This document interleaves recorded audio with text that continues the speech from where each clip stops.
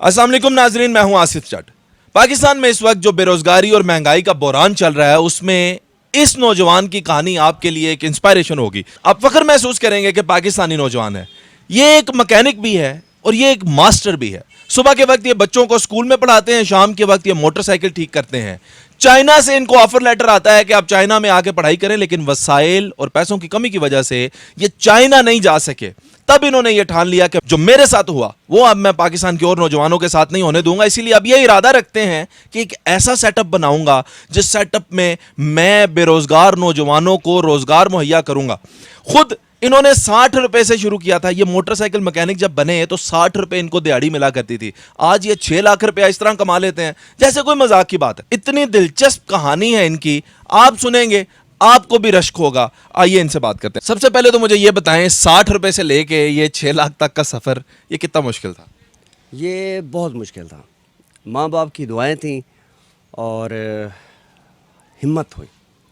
इस तरह हिम्मत आई कोई समय से बाहर है कि मैंने जब मुझे एक दो जगह पे जो है ना जब मैं डिग्री करके वापस आया तो मुझे लगा कि जो है ना मैंने एमएससी केमिस्ट्री की, तो मुझे लगा कि केमिस्ट्री की जो है ना सीट्स वगैरह होंगी और हमें जो है ना इजीली जॉब्स मिल जाएंगी।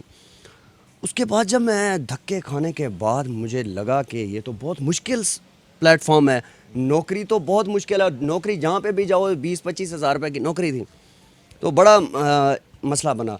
तो मैंने ना स्टार्ट लिया एक स्कूल से, वहाँ से मैंने पढ़ाना शुरू किया। उसके बाद मैं बैरिया में ट्यूशन्स वगैरह पढ़ा रहा था। तो मेरे जहन में एक सिचुएशन थी कि मैं ना किसी तरीके ना अपना कारोबार स्टार्ट करूँ।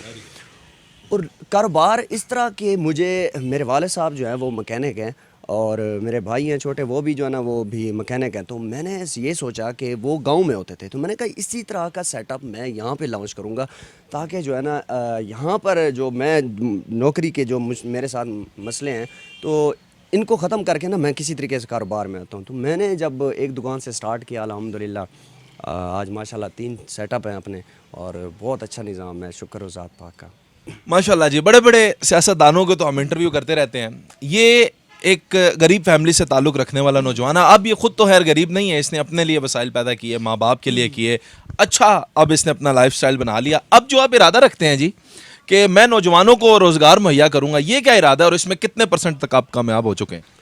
मैंने एक स्टार्टअप ले लिया अभी अल्हम्दुलिल्लाह के 70% तक मैं शुक्र है काम कर चुका हूँ उसके ऊपर।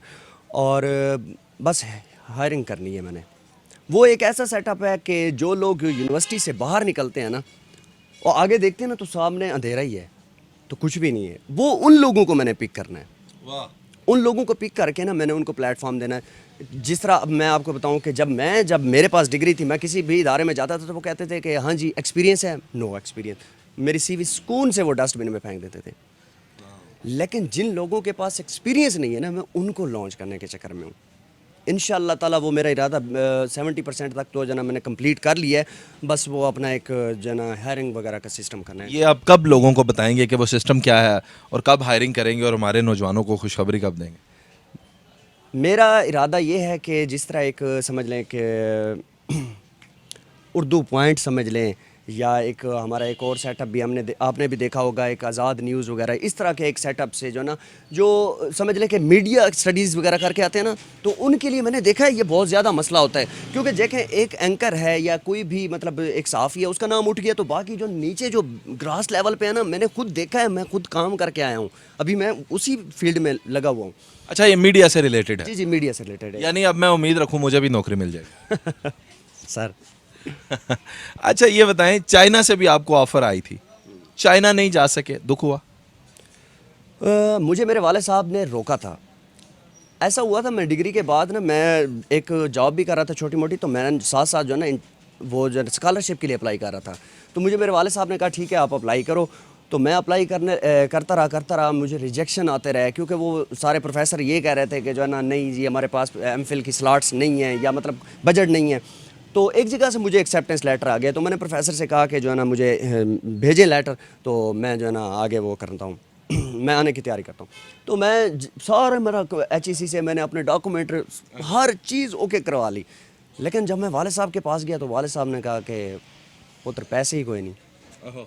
उसके बाद मैं बड़ा ڈسہارٹ اس وجہ سے ہوا تھا کہ اس ٹائم مجھے لگا تھا کہ جو ہے نا میرے والد صاحب میرے ساتھ جو ہے نا وہ کوئی غلط فیصلہ کر رہے ہیں، لیکن میں نے یہ دیکھا کہ وہ فیصلہ اتنا اچھا تھا کہ میرے جو دوست وہ جو چائنا چلے گئے کرونا کے دنوں میں، وہ مجھے کہہ رہے تھے شعیب تو نے بہت اچھا کیا یہاں پر نہیں آیا، اور میں اگر چائنا ہوتا تو میں یہ ایک بزنس کا سیٹ اپ کبھی بھی نہ کر سکتا۔ اچھا بس ایک آخری سوال کا جواب دیجیے گا، آپ پڑھے لکھے ہیں، یہاں پہ تو یہ اوزاروں کا کام ہے، ہمت کا زور کا کام ہے، تو اس میں آپ کو کیا تعلیم کی وجہ سے کیا فائدہ حاصل ہوا؟